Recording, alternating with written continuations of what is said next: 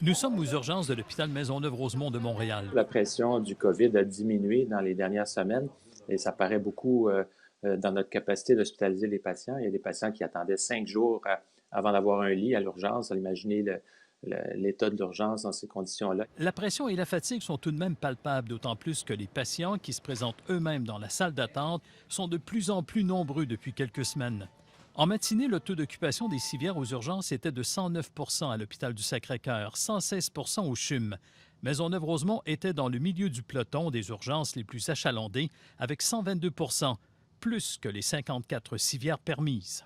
C'est pas tellement en ce moment des personnes atteintes de la COVID. Il y en a quelques-unes, mais c'est la clientèle âgée usuelle, je dirais, là, avec des problématiques de santé, des chutes. Le principal problème de plusieurs hôpitaux, c'est que des patients qui sont hospitalisés et pourraient quitter pour aller en CHSLD ou en réadaptation n'ont pas de place et attendent.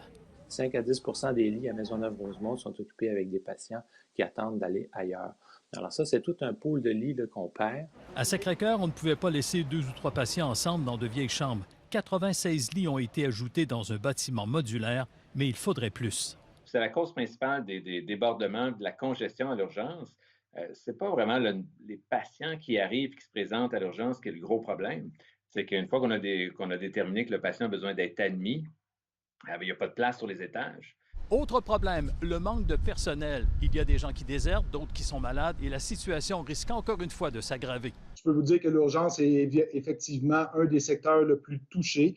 Depuis le début de cet arrêté-là, le 21 mars dernier, on a recensé jusqu'à 585 départs.